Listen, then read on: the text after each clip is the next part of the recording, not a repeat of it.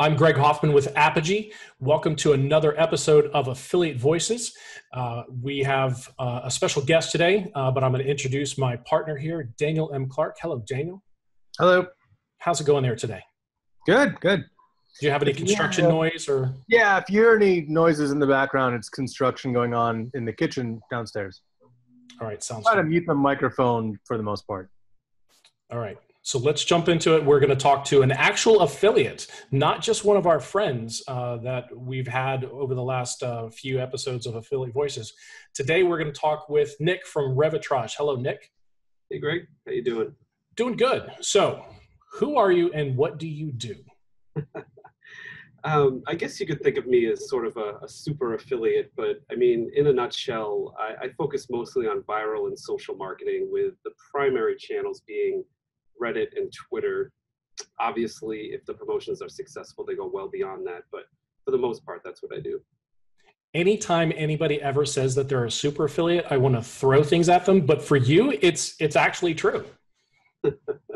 Yeah, I mean, I try to attack a lot of different channels, and it makes me appear like a super affiliate, I guess, but it works.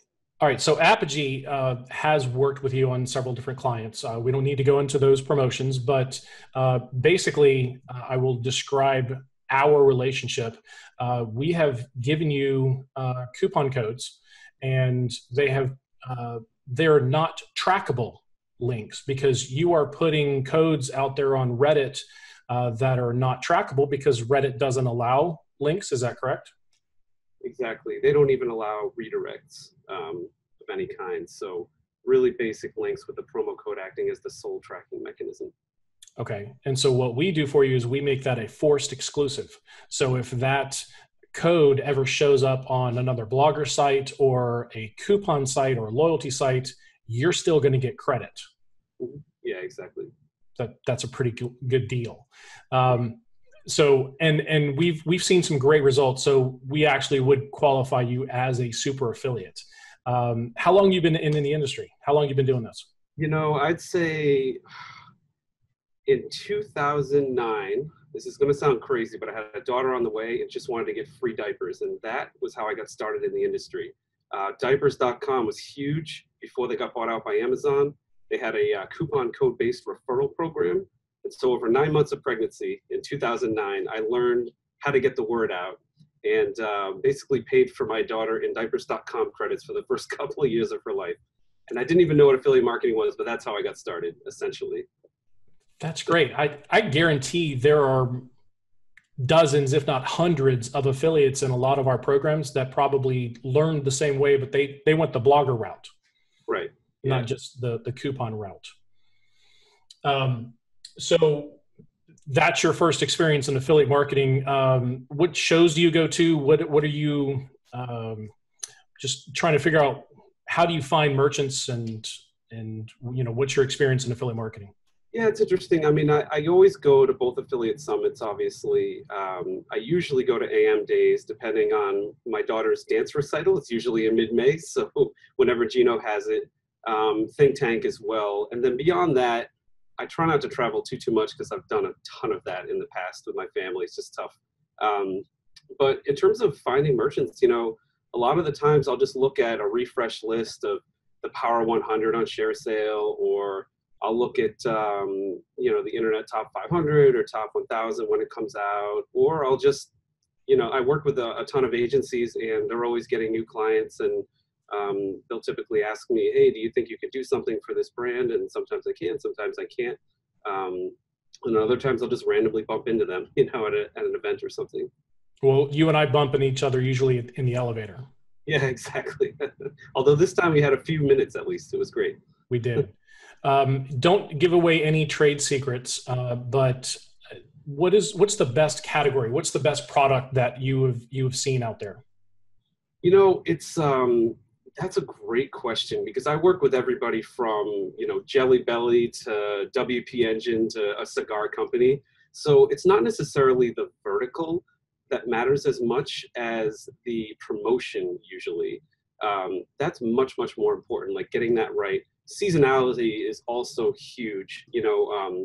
Obviously things like Black Friday can, drive incredible sales. Like Lenovo, I did, I think 4.2 million in one day for them, Black Friday 2016. And that was like right time, right place, right post type of thing. So it's much less about the actual merchant and more about just nailing the timing and the right promo.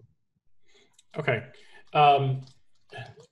Is there, I don't want to, give away the fact that I think you're the only one out there, but are there other affiliates out there doing what you're doing? I think there are. And what's interesting is you'll see, I think anybody that has a referral program has a ton of affiliates like me, like Uber, for example, right? Massive company. They have a coupon code-based referral program, and they have millions of affiliates out there, either handing it out on a card on the street in Vegas, or they're online trying to, do, rookie stuff, like just posting it here and there, like on their Twitter account with like 50 followers or something. And in that sense, I think anybody with a referral program, I have a ton of competitors, but I don't think that somebody's put together a process like I have and built up a karma score on Reddit over a decade and built up Twitter followers from nothing to actual real people, like 70,000 of them that follow stuff. So it takes time. But that being said, I don't really see anybody doing it in this space. Have you ever gotten pushback from merchants when you describe what you do and they're like, we're not going to support that, just throw up links? Why would we give you a code without a link to behind it? You know what I mean? My main, not argument there, the way I explain it to them is that links really do shackle you quite a bit. And what happens is links are great and they provide a lot of information, but they limit where you can go. And Reddit is a huge one. I mean, it's the #7 site in the US. Even in their paid beta platform, you cannot use, and if you can't even use a redirect. Never mind the organic stuff, which is where I mostly play. So if you say you don't want to use a link, that's fine, and that's their decision. But then if there's a skincare forum with 5 million people talking about skincare and they want to be on there, they can't be. There's no way to do it if they absolutely have to use a link. So it's a trade-off. They have to decide whether the upside is worth deviating a little bit. And usually, if they test it out for 30 days and they see a ton of revenue, that usually cures everything and they want to try it. And Reddit's not alone. It's not the only example. Twitter really effectively devalues redirects and affiliate links, especially affiliate links. So if you're using clean stuff, you rank much higher for longer periods of time. So again, it's more about education and just explaining to them how some of these newer channels or more interesting channels work, and then it's up to their, it's their decision at that point. At the risk of, I guess, creating competition, right? I usually ask a guest what would be one tip they would give a viewer for how to make money, right? Yeah. So at the risk of possibly creating competition for you, would you advise people to do what you do? Yeah, so I would, and I don't mind. I've given talks on this at Affiliate Summit. You can look them up and everything, where I give some tips on Reddit. I mean, one of the big ones for me, it's great that I go and do something as this impartial guy that shares deals, and that's all well and good, and I've been followed for a while, and I can get traction. But I also think if you're a small company, so let's say you're a subscription box company, been in business for 2 years, and you really want to drive things, develop your own profile on Reddit as well, and actually add valuable content. If you're a cat subscription box, go in the cat subreddit, which has probably a couple million people, and start contributing, or just post a funny video, or something ridiculous it's not spam, it's not promotional, it's just like fun and engaging. Start getting those vote ups, and when you get to a certain karma level, people will respect you, and you'll be able to say, all right, well, by the way, here's the deal, if you're interested, and if it's within the rules of that specific subreddit, you're allowed to do it. And I think you can do that for free. It just takes time, and you got to share good stuff. So even if somebody was working with me, I think they should do that anyway, because it's a nice 1-2 punch. You get the content side as well as the deal side. It's pretty good. And you can have a dialogue in the same way you can on Twitter, with the actual customer. Like, is that good quality? Is it not good quality? And you can explain, and it's useful. All right, so let me ask you the hard question, and this is regarding FTC compliance. How do you let your readers know that you have some type of monetary relationship with the merchant you just posted a code for? Right. So in the initial burst of what I do, it's very easy because I can control it. Once it goes viral, it's a little trickier. But in that first wave, so on my Twitter profile, I say in my profile, I can be compensated by the companies I promote. And then in more sensitive ones, it's very easy. I just stick hashtag ad in there, which I know the lawyer that presents a lot at the different industry events, he says is perfectly acceptable. As long as you include that, either at the beginning or the end of the tweet is fine. So I usually do that if I need to. And then on Reddit, I'll put it in a comment directly under the post if I need to, or I'll even include it in the post. But beyond that, in each particular subreddit on the side, they have their own terms and rules and everything. Very, very obvious. This is there could be advertising in here, and they're under their FTC umbrella. So I feel pretty comfortable about that. The only thing I guess that could happen is you'll have somebody, if they text a friend the deal, they're not going to put, hashtag ad on that. But at that point, they're not getting a monetary gain, so it should be fine. It's that first burst that I'm on the hook for, and I try to make sure I comply as much as I can. And I think I'm pretty good. I've had people look at it and say it's fine. So At some point, and again, this is not a lawyer, at some point, I think due diligence, the defense is you've done your due diligence and it's out of your hands and that's all you can do, Like you said, once the code gets passed around, there's nothing more you can do. So what else can be expected, right? Right, and it's the red face test. It's my profile says I can be compensated. I could put it in the actual ad. I don't know what more I could do to be compliant. It's not like I'm creating fake landing page with fake news or whatever or something like that. It's literally just tweets and posts on Reddit. So it's nothing crazy. Yeah. It's almost like how does Slick Deals? They have forums there with 10,000 people at a time looking. Are all of those posts in the forums FTC compliant under Slick Deals' umbrella? It's the same question. I wonder whether they put that in there. I would argue that they're a website that is dedicated to making money, right? As opposed to you using a social platform. Sure. So I think that might be the distinction. Yeah. But I'm happy with your answer because I was always concerned. I mean, you and I have talked about this before, but initially a few years ago, I was one of those managers Daniel was asking about, that I didn't understand your business model and I didn't know how that would work. So I was hesitant, but I did talk to other managers that gave me raving reviews about you and what you can do for merchants.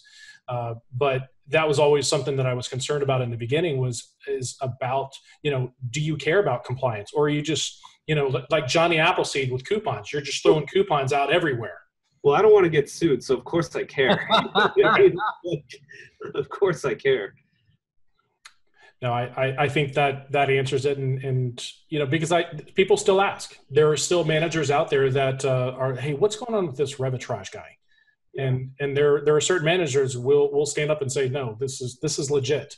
But the only thing that I will say is that it gets rough when your codes get picked up by customers and then submitted by them to coupon sites.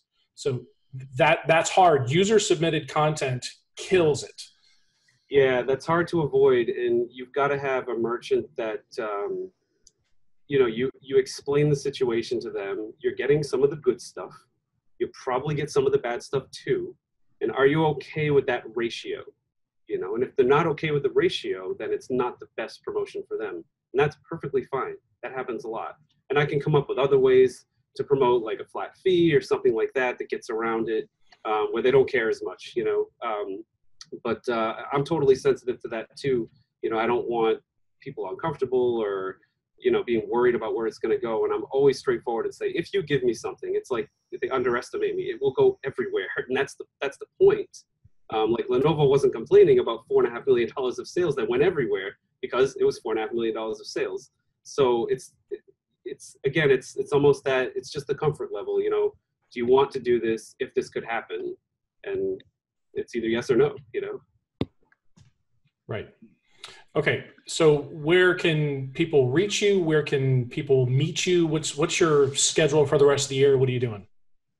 Well, I'll be at Affiliate Summit East, and that's probably it for conferences for the rest of the year. So they can see me there, but they can always reach out to me, nick@revitrage.com, and just hit me up there if they're interested in learning more and just kicking around different ideas. Okay. I haven't looked at your website in a while. Do you have a basic explanation of what you do on that site? Yeah, as best I can, although I feel like what I do is something I usually have to explain, you know, over a call or something like that. But I think it gives a pretty good example. I mean, essentially, I'll take a promotion and push it out on the channels like Reddit and Twitter and try to get it to go viral. I mean, that's sort of the elevator pitch on what I do. Obviously, there's a little bit more behind it in different channels, but some of them are on the website as well. But I can always send information if they want to reach out directly. All right, sounds good. Daniel, do you have anything else? No. All right. We're good. Yeah. Nick, thank you very much for joining us on Affiliate Voices. You got it. Thanks, guys. Thanks, Nick. You've been watching Affiliate Voices with Greg Hoffman and Daniel M. Clark. Please click subscribe and watch more of our videos from Apogee.